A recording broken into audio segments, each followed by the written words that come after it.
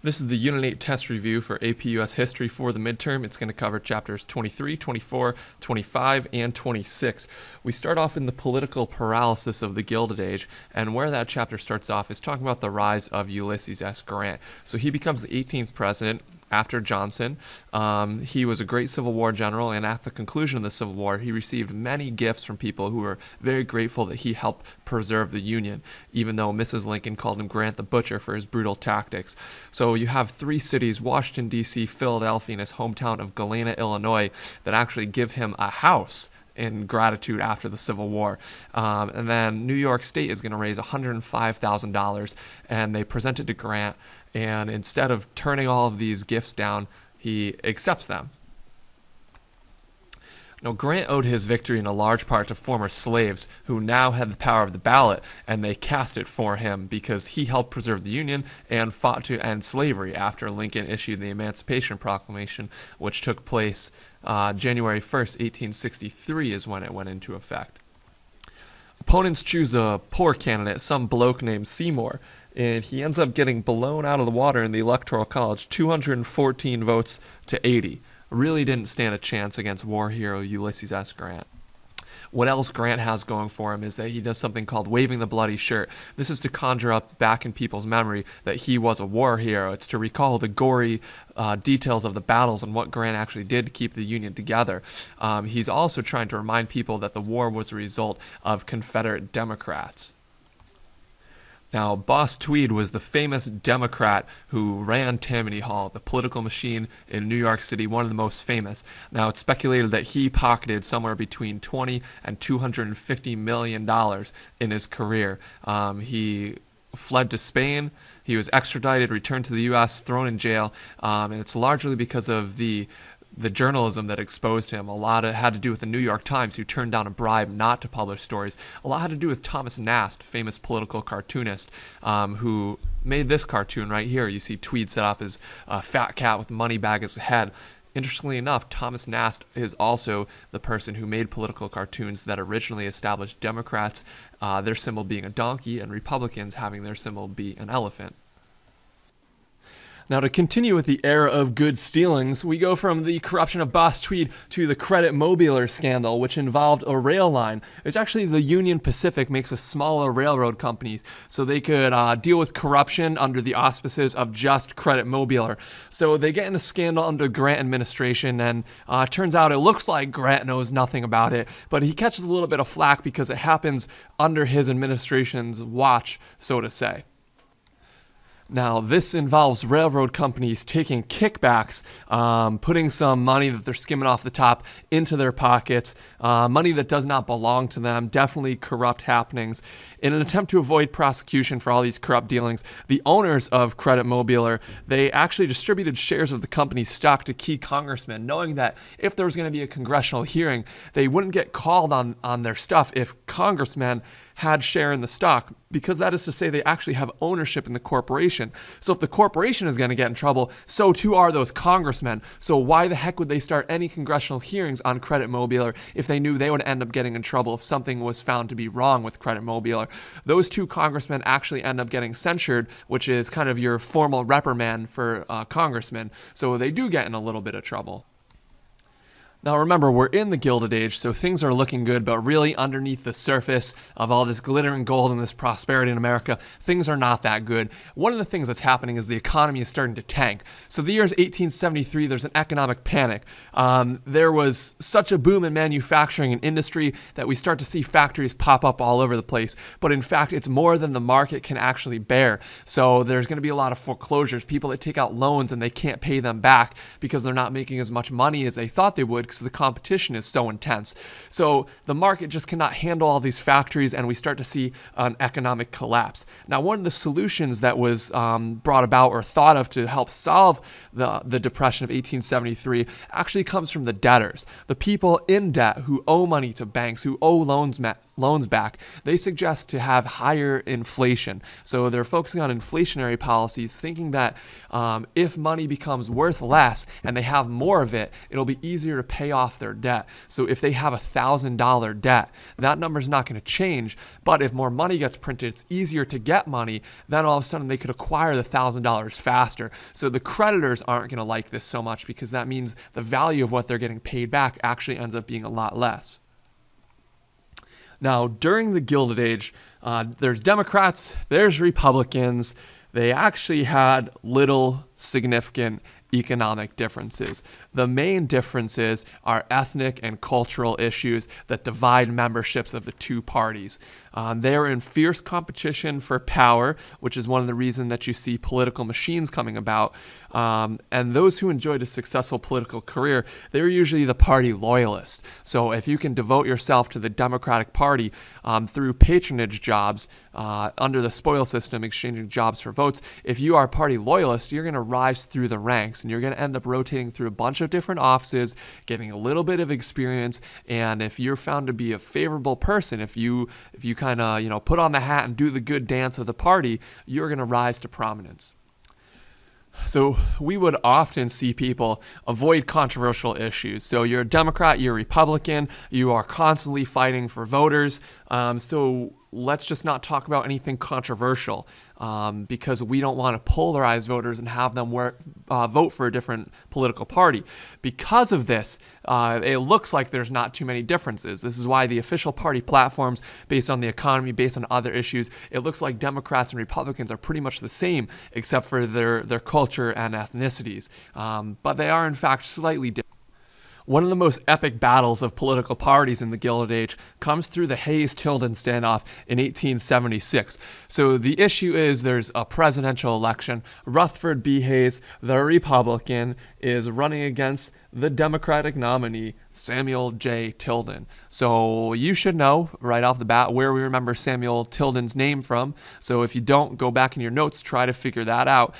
So he was well known. He was on the circuit before.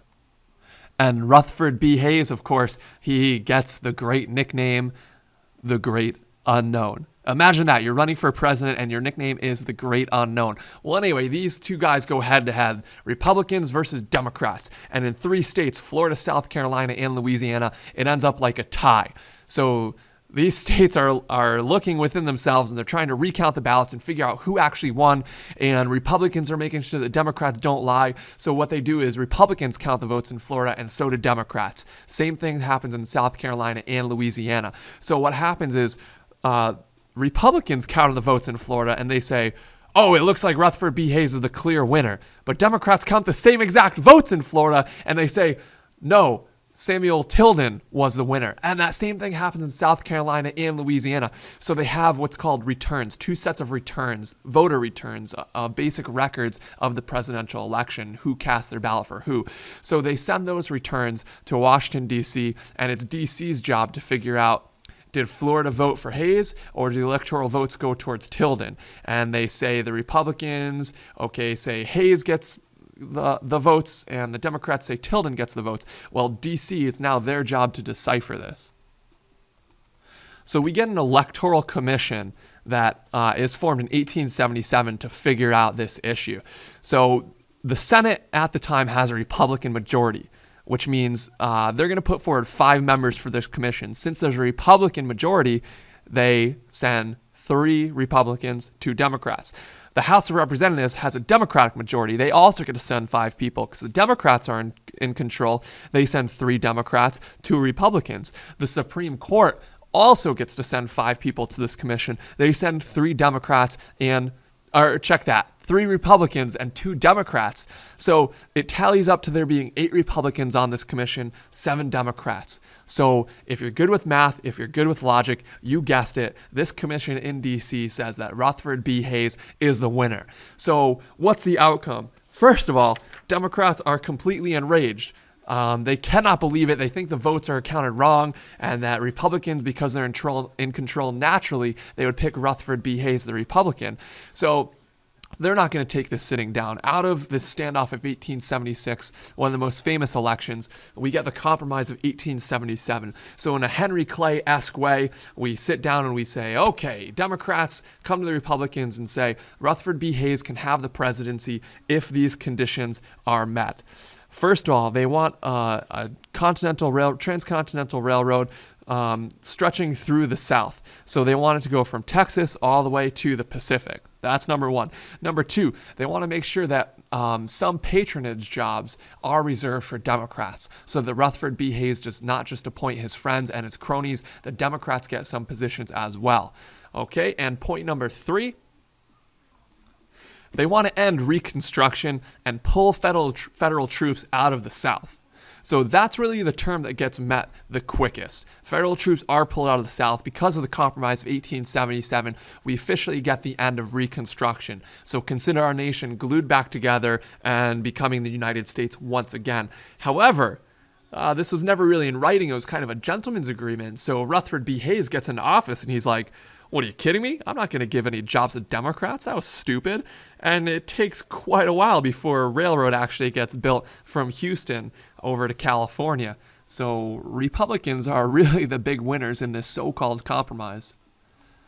So during this Gilded Age, remember, things are looking good on the outside, but underneath, if you dig a little deeper under the surface, there's a lot of problems in society. One of the problems is our racial issues. So in 1896, we get a case of Plessy versus Ferguson. So man, Homer Plessy, who is African-American, he's also white. It's really hard to tell because he's living in Creole, Louisiana. There's a lot of mixed-race mulattoes.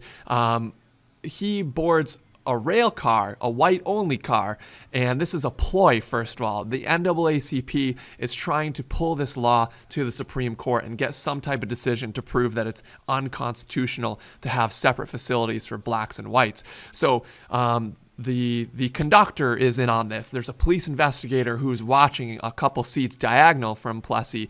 So Plessy actually says to the rail car investigator, or the rail car conductor, you know, I am black. And the rail car conductor tells him, well, this is the whites only car. You have to move. Plessy, of course, says that he will not. He's put under arrest when the train stops. He's transferred over to a police station, thrown into jail. The idea is that he's broken the Louisiana segregation law. So this gets appealed all the way up to the Supreme Court. He says it's unfair. He's been denied equal rights. And what the court comes out and says, the majority opinion of the court, they interpret the 14th Amendment saying that it doesn't necessarily give blacks social equality, but only political and civil equality. So what this ultimately does is it establishes this separate but equal clause. It says separate but equal is constitutional. So if you want to have separate restaurants, separate bathrooms, separate schools, whatever it is, it's fine as long as the two conditions are equal. In all actuality, there was never equality. Schools for African Americans, schools for Asian Americans later, they were totally inferior, 100%. There was no equal, there was just separate. We see this as the legal basis for segregation to continue until it's overturned by Brown versus Board of Education in 1954. Now, if we have the amendments giving political equality to African Americans, how people try to sidestep that is through the loophole of disenfranchisement. So we have these voting restrictions for African Americans because after slavery, there's still so much overt racism. The 13th Amendment is passed ending slavery, and there's people that are solely focused on how to bar equality for African Americans in every single sense. So one of the loopholes they get after the 14th Amendment is that they set up all these voting restrictions. Grandfather clauses. If you didn't previously vote in an election, or if you previously voted in an election, or your ancestors did, then you're allowed to vote. This was because you see other things like property tests, literacy tests, and poll taxes that end up taking away the right to vote for some uneducated, poor whites. So the grandfather clause is just kind of, it's that safety net to make sure that whites will still be able to vote, but blacks will not. So think about it. We are just ending an era of slavery. Obviously, blacks have no money because they had forced servitude. So if you go to someone and say you have to have $65 bare minimum to vote in this election, well, chances are they're not going to have it. So this becomes the most popular voting restriction. You could see down here all the states that employed it, and you see Louisiana, North Carolina, and Alabama, they employed multiple voting restrictions. So there's a lot of racism all over the country, not just in the South, although mostly in the South. So we get these legal codes that come out. The byword for legalized racial oppression becomes Jim Crow, simply because it's a song, it's a character in a minstrel. So a minstrel, the defining feature is that a white actor would don blackface and perpetuate racial stereotypes, dance around stage, doing all these types of foolish things. And Jumpin' Jim Crow was the name of one of the most famous minstrels, starring Thomas Dartmouth Daddy Rice. So this kind of catches on, and this becomes the tagline for years to come for laws that support racial segregation. So with racism in the Gilded Age, let's also throw in labor disputes. So 1877, the year of this great compromise, right? So everything looks good. Out on the outside, there's an awesome compromise. It looks like Democrats, Republicans are getting together. The workforce is flourishing. Actually, underneath, here we go, 1877, there's a great strike. 4 of the largest railroad companies get together and they decide to cut salaries by 10%. The workers thought they were already getting by on ends meet, and they are completely outraged. So what they decide to do is go on strike. Now, President Hayes at the time, he decides he's going to call in federal troops to end this strike. The constitutionality of that is kind of in question at the time. It's up in the air. What is known for sure is that it outrages workers. It gets a lot of other people who previously would not be involved in advocating for workers' rights and supporting a strike to actually do that. The federal troops are called in. This is what Hayes uses as an excuse. He says this is of national concern because the rail lines are going to stop, which means the mail is going to stop. And as a government organization, the mail is of supreme importance to this nation. So that is his excuse for breaking the strike by calling in federal troops. It outrages a lot of other laborers, though. So needless to say, Hayes is not too popular. He's not going to be around for long. He is one of the presidents known as the forgettable presidents. His administration was marked with long years of depression, deflation, the economy's in the dumps. He's not too popular. He tries to reform the spoil system a little bit. He knew that would offend his party and he was not going to get their backing. So he actually doesn't even attempt to run for a second term. Who we're going to get is James Garfield, who did do his job of supporting the spoil system, or so people thought he would. There's 3 factions of Republicans at the time. Garfield is himself a Republican. He's a stalwart, which means he was a strong supporter of the spoil system. The 2 other factions being half-breeds that wanted to reform the spoil system and independents who wanted to keep the spoil system exactly how it was. They thought it was great. Well, Garfield gets into office and he doesn't make all the appointments that people thought he should have. So in other words, he kind of turns his back on his cronies a little bit and he's trying to run a more effective government. Well, that doesn't sit too well with a Frenchman named Charles Couteau, who finds him in a Washington, D.C. subway station, shoots and kills him. His words supposedly are, "I am a stalwart and Chester A. Arthur is president now." So Chester A. Arthur, who was the VP, the idea is that he would assume the role of the presidency and he would keep the spoil system going. However, Chester A. Arthur, spooked by the fact that a president could be killed over patronage jobs under the spoil system, he starts to reform it a little bit. So the great irony is that Charles Couteau, who kills a president to ensure that the life of the spoil system will continue, he actually seals the deal and puts the final nail in the coffin of the spoil system, because Arthur assumes the presidency. And what we see is the Pendleton Civil Service Act come in 1883. What this does is it sets up a commission to classify government jobs. They decide which are real government jobs. So they say park ranger, postal worker. And what they do is they set up tests to see if they could find qualified candidates. They're going to now appoint people to government jobs based on merit. So if you could get a 90 on this civil service test, we will consider you for the job of postal worker. Well, Arthur does his 4 years and it's out. Enter Grover Cleveland. So for presidential trivia, this is the only president to serve 2 non-consecutive terms. So these pictures are taken straight from whitehouse.gov. You can see he's counted as president number 22 and 24. So split up by William Harrison. Check that. That's Benjamin Harrison, Harrison's grandson, who is number 23 and splits up the terms. So Grover Cleveland, he assumes office in 1885, and he really had a hands-off approach to government. He's supporting these laissez-faire economics where the government doesn't get too involved, kind of a social Darwinist. So who ends up liking him? Well, business people like him because they get to operate in an unrestricted environment. There's no rules against monopolies, and they're just kind of free to practice business as they see fit. They could have pools, they could have monopolies, they could charge whatever they want and eliminate competition. They were pretty happy about that. Grover Cleveland, what he's known for, what he gets into trouble with, is he's advocating for a lower tariff rate. While he's in office, you have a $1 billion Congress, and they're looking to expand pensions for Civil War veterans. There's actually a government surplus, believe it or not, at the time, because the tariff is so high. So the country's making a lot of money. Congress is looking to distribute more to Civil War vets, and Grover Cleveland is looking to lower the tariff rate. So that doesn't make him so much of a popular man at the time. Now, when Cleveland comes back in 1893, the cards are really stacked against him. 1893 was the quickest and one of the harshest depressions in our nation's economic history. It was a total financial collapse.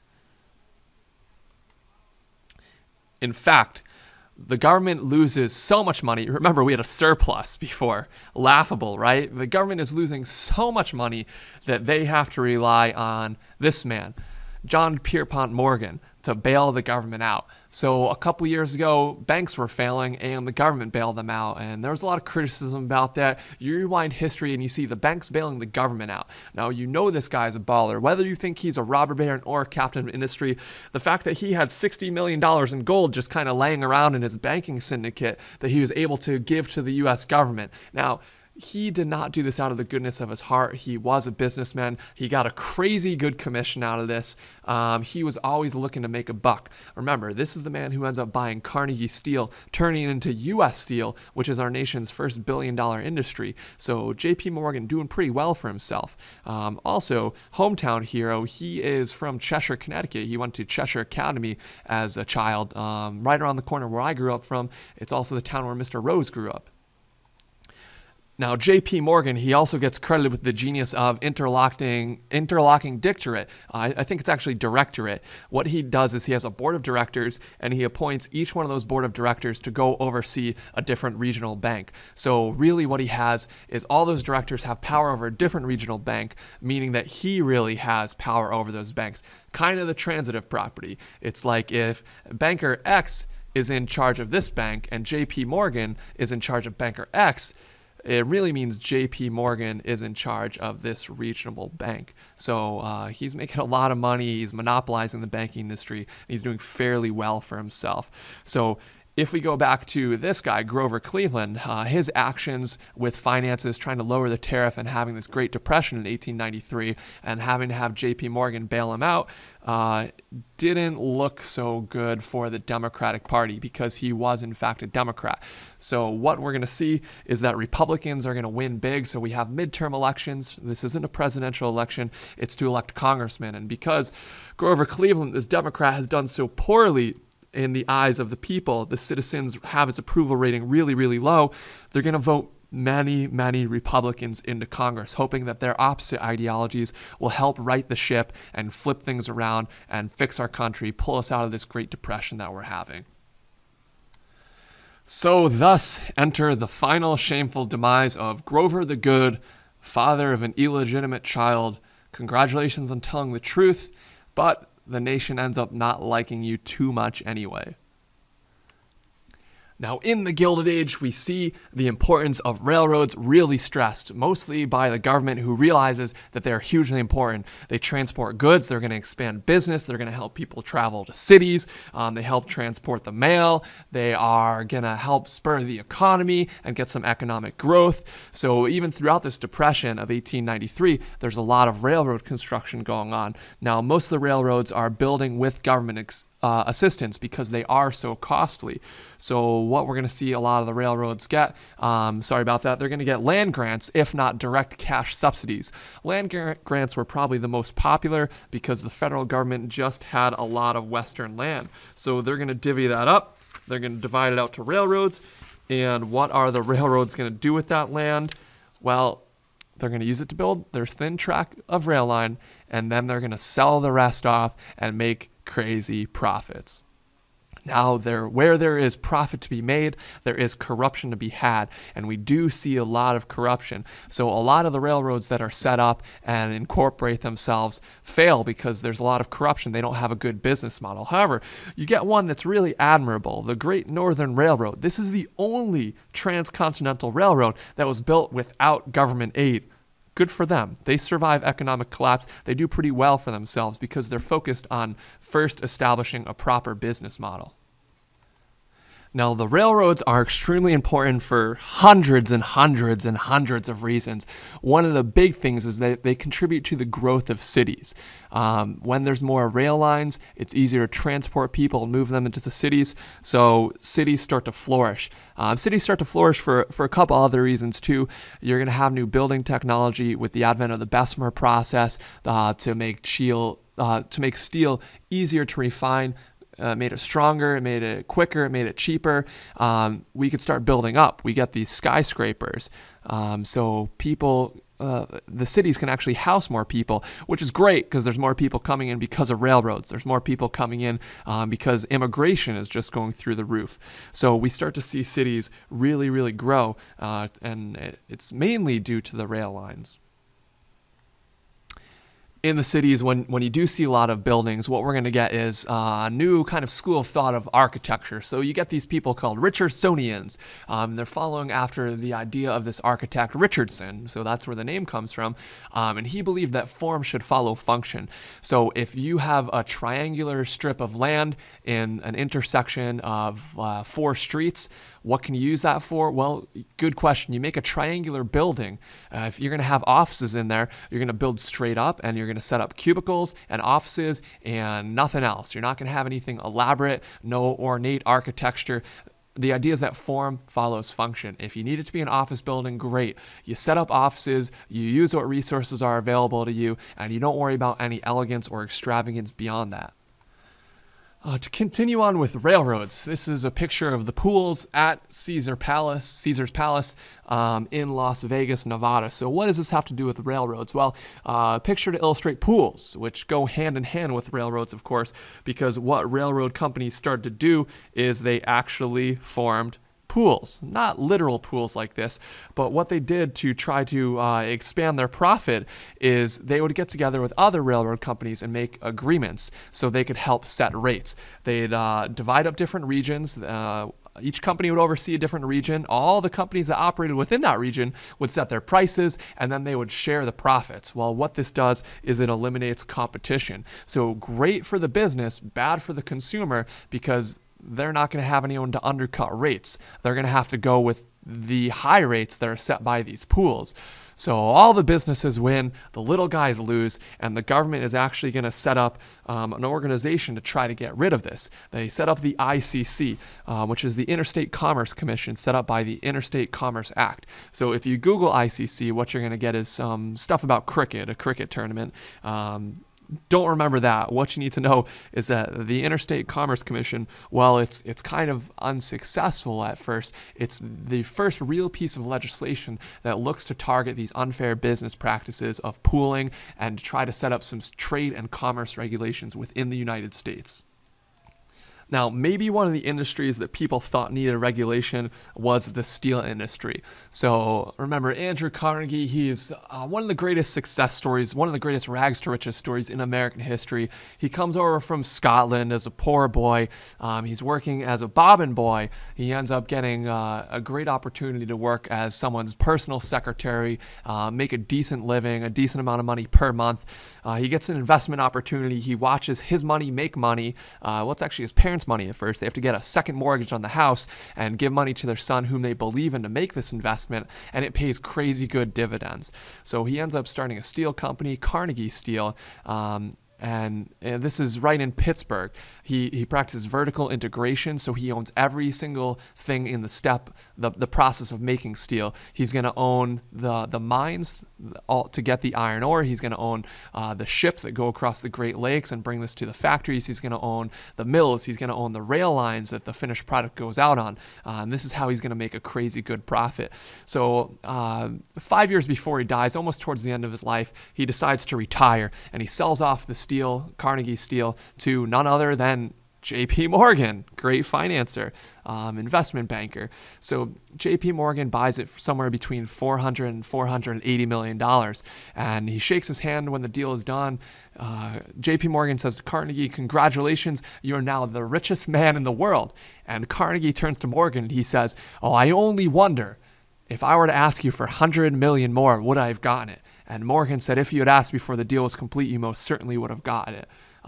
But I mean, what's an extra 100 million when you have that much money? This is before an income tax too, so no taxes had to be paid on that huge, huge amount of money. So what does Carnegie do with it? Well, according to the Gospel of Wealth, that if you're endowed with kind of this lucky wealth, in this case it's monetary wealth, it's your duty to distribute it up. So Carnegie has this idea that the man that dies rich is the man that dies disgraced. So he focuses the rest of his life on being a hardcore philanthropist. He helps the library movement by funding so many libraries across this country. He funds universities, colleges are expanding, people starting to realize the importance of education. He sets up parks. Carnegie's name is on music halls. His money goes towards many, many philanthropic endeavors. Now, the other great industrialist, and remember, based on what you know about robber baron or captain of industry, it's your duty to assess whether John D. Rockefeller falls into robber baron or captain of industry category. He made his money in oil. Standard Oil was his company, and he set up his first oil refinery in Cleveland, Ohio, so kind of close to Pittsburgh, Pennsylvania, which was the base of operations for Carnegie. Well, what we're going to see is in Pennsylvania in 1859, this is the first time that oil was successfully drilled for in the ground by a man named Edwin Drake. And so the full scale of the uses of oil were not exactly known at that time, but people quickly figured out that you could distill it, and you could see the process here of boiling down crude oil, and it condenses, and the point at which it condenses determines the amount of carbon particulate and kind of the bad stuff, the byproduct that's removed from it, that determines the purity and what the exact oil product is. So you can see down the bottom, your thick, sludgy stuff where not too much is removed, you have asphalt, and then up towards the top, kind of your cleanest stuff would be gas. So right here, kind of in the middle, we have kerosene. This becomes of supreme importance because this is the first major oil product of the oil industry. So what do we use it for? Well, we dip a wick in it and we turn it into a light. So we previously used whale blubber that was melted down, and that's called whale oil. So these are lights that are lighting people's homes, one-room schoolhouses, but when you look out in the prairie, middle America, Great Plains, it's a lot harder to get whale oil out there. I mean, kerosene, it's going to become more prevalent. It's going to be easier to get because you could drill for it in the ground. But if you are living out, let's say, Montana, it's not too easy to find a whale out in Montana. That's going to rely on the whaling industry of New England. So if you look at Massachusetts, if you look at Connecticut, if you look at Rhode Island, there's a long-standing proud tradition of whaling in New England communities, and that industry quickly dies off when oil is drilled for and people discover how easily you can use kerosene. However, when something is quickly given success, it can be quickly taken away. Kerosene starts to take a backseat to other technologies, becomes a little less important. Oil is able to survive because we have the invention of the internal combustion engine. Vroom, vroom. So if you want to play a cool game based on Lightning McQueen in the movie Cars, you could check out these links. I wasted probably a solid 44 minutes of my life on it. That was just this year. Last year, I played it for probably 6 hours. So the internal combustion engine requires gasoline. So let's look at this distillation column again. Oh, you get gasoline from oil. So oil becomes crazy important around the turn of the century, especially in 1910, when a guy by the name of Henry Ford starts churning out Model Ts, and they become very cheap and very popular because of the assembly line. One industry's success helps make another industry successful, such as the railroad industry making the steel industry more successful. We're going to see the automobile industry start making the glass industry, the rubber industry for tires, and the oil industry a lot more important and successful. Now, industry is continuing to boom, but just like pre-Civil War years, it's happening mainly in the North.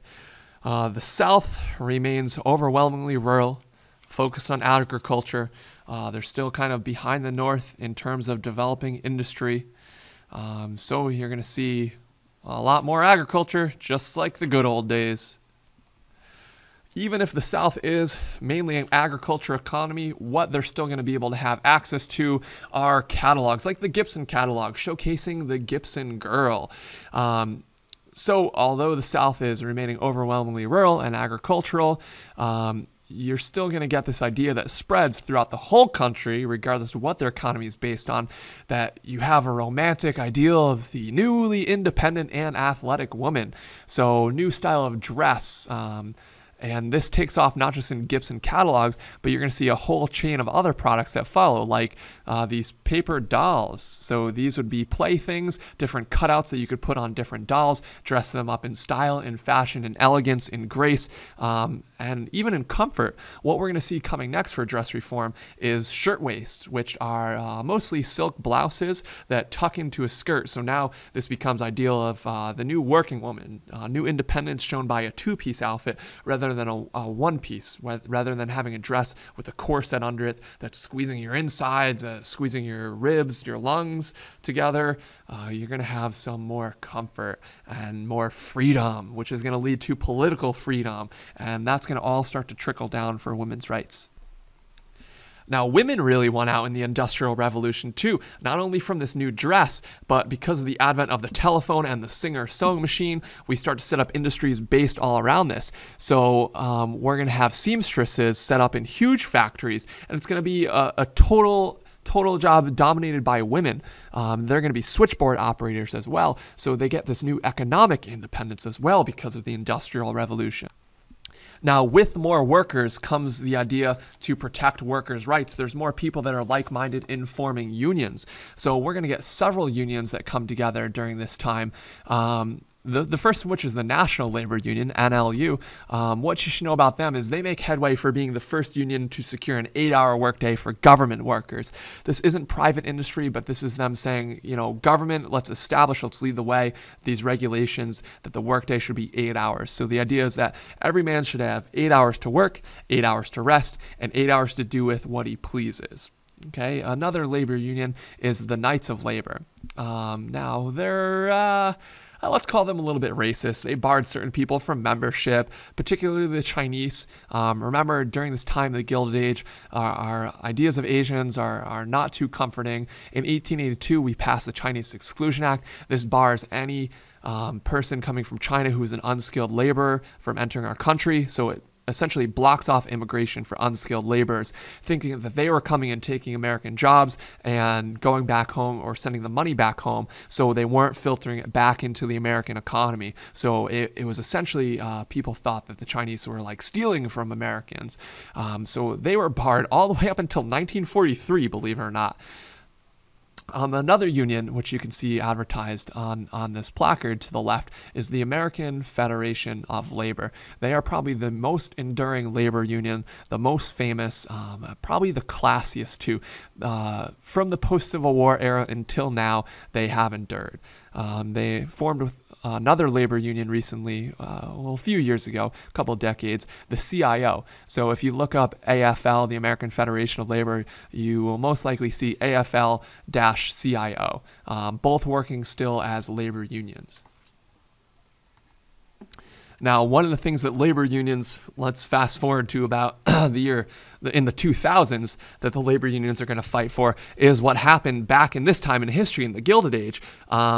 Some lobbyists and lawyers who were working for big businesses and paid very hefty salaries, they found these smug little loopholes in the 14th Amendment, and they convinced some some judges to pass legislation approving the fact that the 14th Amendment also applies to corporations. So the 14th Amendment that is set up to protect the natural rights of citizens, somehow we get corporations to be labeled as citizens too, which means up until modern day, corporations still argue that the 14th Amendment protects their natural rights in America. So for that, they're able to do some things that, you know, may otherwise be looked at as sketchy or unethical, claiming that they have these certain protections under the Constitution, according to the 14th Amendment.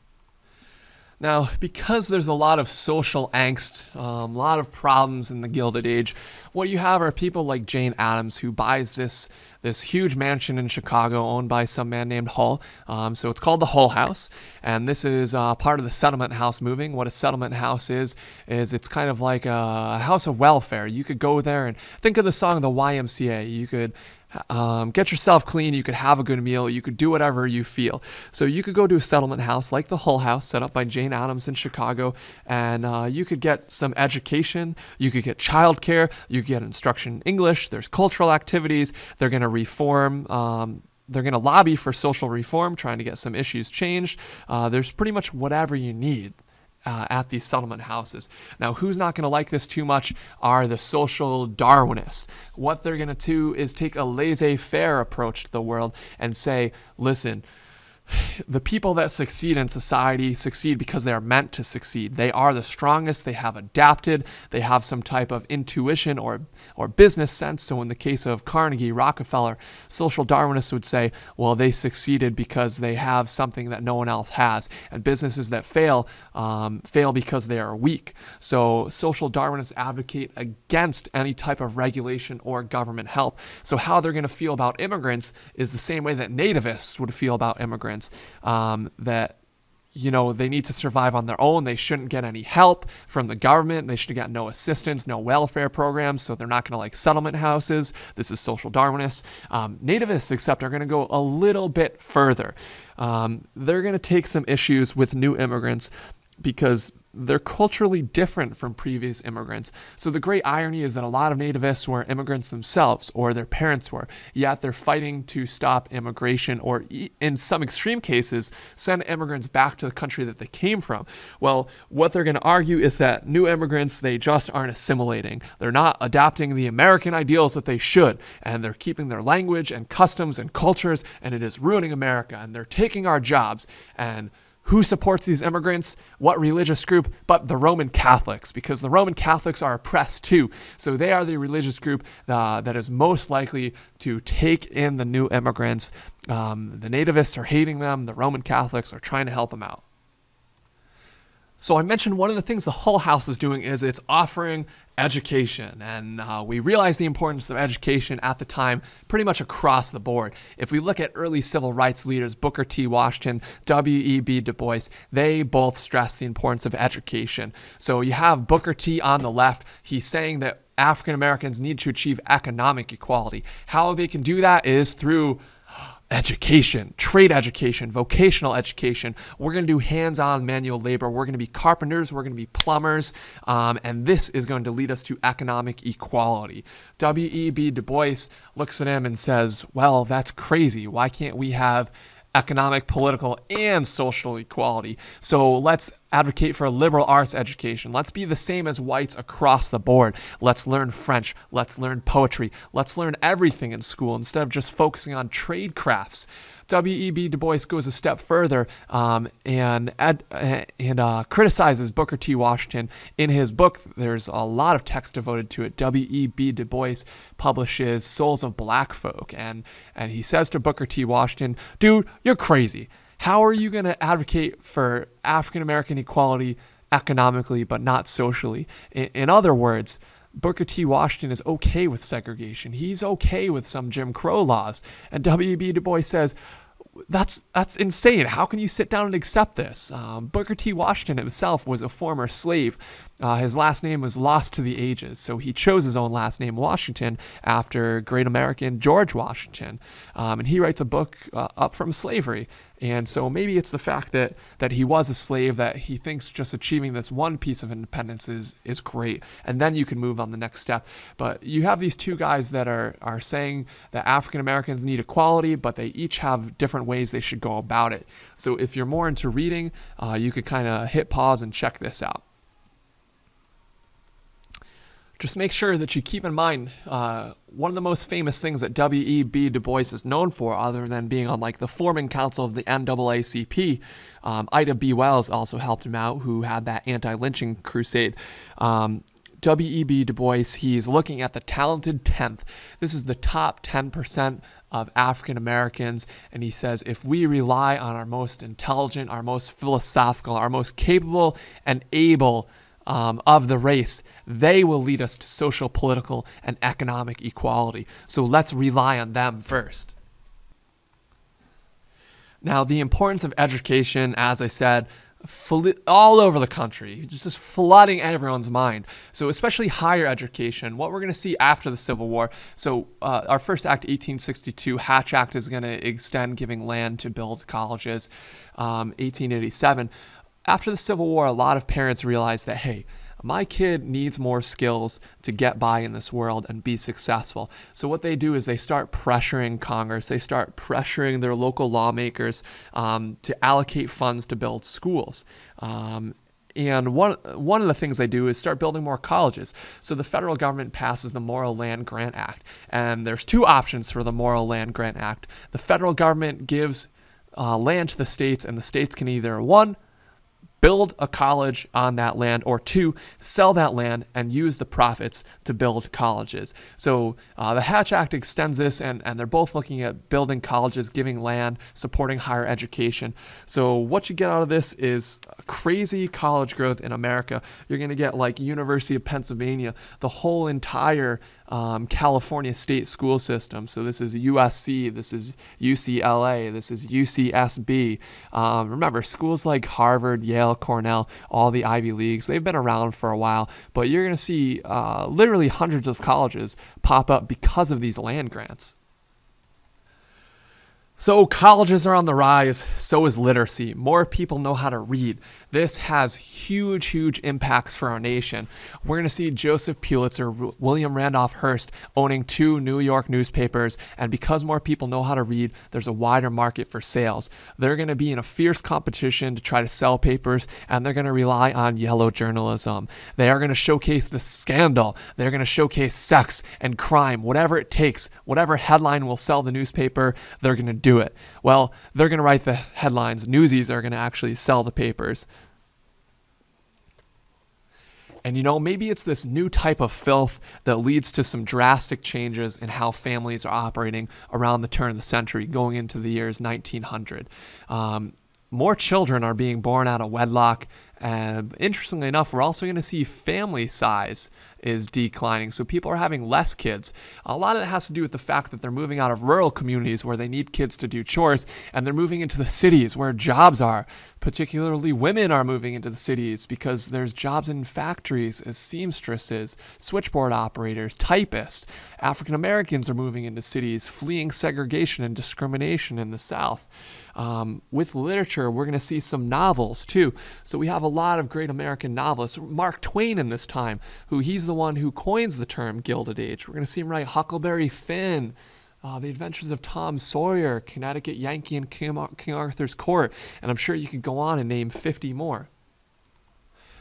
With widespread literacy and with literature being so readily available, what we start to get is a more unique American culture. More people are getting on board with culture all across the country, spreading all the way to the West. We have department stores. We have catalogs being sent out. The Gibson Girls, you see Sears Roebuck. People can talk about the same books. They see the ideals that are represented in these books. Things like the McGuffey Reader. People are going to the same vaudeville shows. People are hearing about sports teams. They're more interested in movies. They're talking about all these great cultural things. There's more leisure time, so they could read, so they could go to shows, they could do all these things. And American culture is starting to transform, and everyone's starting to kind of get on the same page with each other. So that just about wraps it up for chapters 23, 24, and 25.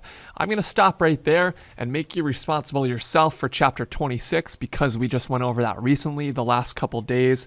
That is about moving to the West, our policies with Native Americans. So things like the Dawes Act, where we're looking to end collective community ownership of land and make families farm to destroy their way of life. We're going to talk about assimilation, in particularly the Carlisle School, A Century of Dishonor, where we actually look at Helen Hunt Jackson, where she writes all about the awful things we've done to Native Americans.